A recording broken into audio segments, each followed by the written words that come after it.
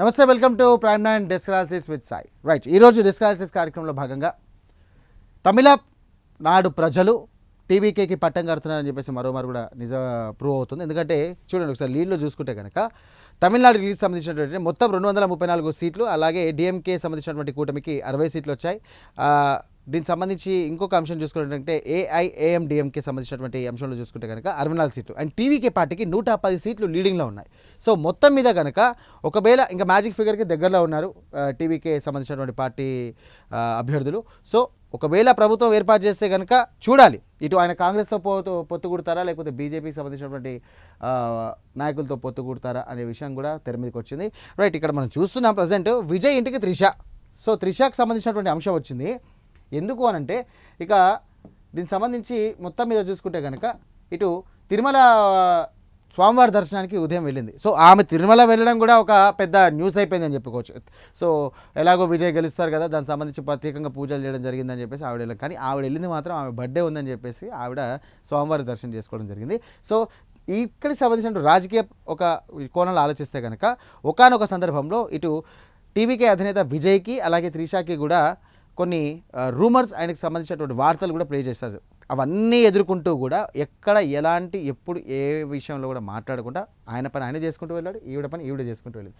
So మొత్తం మీద చూసుకుంటే కనుక ఇటు ఉదయం దర్శించుకున్నప్పటికీ కూడా ఎన్ని ఒడిదుడుగులు వచ్చినప్పటికీ కూడా ఇటు టీవీకే పార్టీ అధినేత ఎన్నికల్లో విజయంపై సంబంధించి కూడా విజయ దుదుంబి మోగించే అవకాశం ఉంది.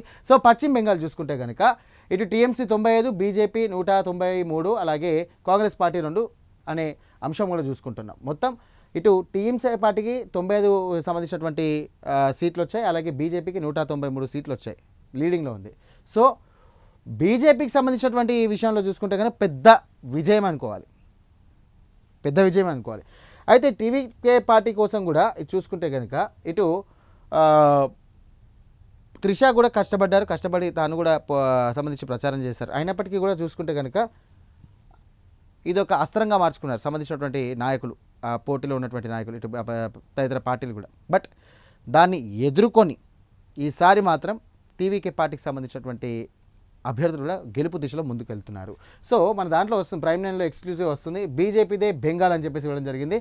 సో భంగపాటు ప్రధానంగా మమతా బెనర్జీకి సంబంధించినటువంటి అంశం చూసుకుంటే కనుక చాలా మటుకు కేంద్ర ప్రభుత్వంపై తాను తీసుకున్నటువంటి నిర్ణయాలు, కేంద్ర ప్రభుత్వంతో సఖ్యత లేకపోవడం కానివ్వండి, కేంద్ర ప్రభుత్వంతో మాట్లాడే తీరు, కేంద్ర ప్రభుత్వ పథకాలు పశ్చిమ బెంగాల్లో అమలుకు నోచుకోవడం లేదని చెప్పేసి, అలాగే ఆడవాళ్ళపైనటువంటి అకృత్యాలు కానివ్వండి, అత్యాచారాలు కానివ్వండి, ప్రజలు అక్కడటువంటి పడుతున్నటువంటి బాధలు కానివ్వండి.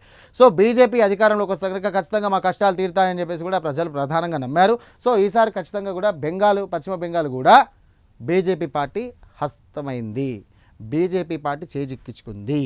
సో సర్ ప్రక్రియకు సంబంధించినటువంటి అంశాలు కానివ్వండి, అలాగే వలసదారుల పట్ల కూడా ఇటు టీఎంసీ పార్టీకి సంబంధించినటువంటి అధినేత మమతా బెనర్జీ పెంచి పోషిస్తున్నారు అని చెప్పేసి కూడా ప్రధానమైనటువంటి ఆరోపణ ఉంది. సో దానివల్ల కూడా పశ్చిమ బెంగాల్లో అభివృద్ధికి నోచుకోవడం లేదని చెప్పేసి కూడా ప్రధానమైనటువంటి ఒక ఆరోపణ. సో ఆరోపణలన్నీ కూడా వాళ్ళు అస్త్రంగా చేసుకున్నారు, ఇటు టీఎంసీ పార్టీ కోటను బదలు కొట్టారు. సో మొత్తం మీద చూసుకుంటే కనుక ఇటు ఓపెన్ ఛాలెంజ్ చేసి దీనికి షాక్ ఇచ్చినటువంటి బీజేపీ నాయకత్వం. సో ఇటు బీజేపీకి సంబంధించినటువంటి స్ట్రాటజీ కానీ ఇటు తీసుకున్నటువంటి స్కెచ్లో భాగంగా చూసుకున్నట్టయితే మొత్తం ఎలక్షన్లకు సంబంధించినటువంటి ప్రధాని మోదీ అక్కడే ఉన్నారు, మొత్తం విస్తృతంగా ప్రచారం చేశారు. కొన్ని సంఘటనలు చూసుకున్నట్టయితే రీపోలింగ్ కూడా జరగడం జరిగింది. రీపోలింగ్ వ్యవస్థ ఒకవేళ కనుక కొంచెం తారుమారు అయినప్పటికీ కూడా మమతా బెనర్జీకి సంబంధించినటువంటి సరైనటువంటి మ్యాచింగ్ ఫిగర్ రాదు అని చెప్పేసి కూడా రాజకీయ విశ్లేషకులు చెప్తున్నటువంటి మాట. సో 5 రాష్ట్రాలకు సంబంధించినటువంటి అంశాలు చూసుకుంటే కనుక ఇటు కేరళంలో యూడీఎఫ్ పార్టీ సంబంధించినటువంటి అంశాలు చూసా, అలాగే పుదుచ్చేరి జడ్జ్మెంట్ డే. సో పుదుచ్చేరిలో బీజేపీ 20, కాంగ్రెస్ 7, టీవీకే ఏమీ లేదు, అదర్స్ ఇతరులు 3 సీట్లు గెలిచారు. సో 30కి 30 సంబంధించి కూడా చూసుకుంటే 20 బీజేపీకి వచ్చాయి అండ్ కాంగ్రెస్కి 23 సీట్లు వచ్చాయి. సో అస్సాంలో 120 సీట్లకు సంబంధించి బీజేపీ 100, అలాగే కాంగ్రెస్ 23, ఏఐయూడీఎఫ్ 2, అలాగే ఇతరులు 1. సో కేరళం జడ్జిమెంట్ చూద్దాం. మనం కేరళం జడ్జిమెంట్ చూసుకుంటే కనుక ఇటు ఎల్డీఎఫ్ 37, యూడీఎఫ్ 99, బీజేపీ 2.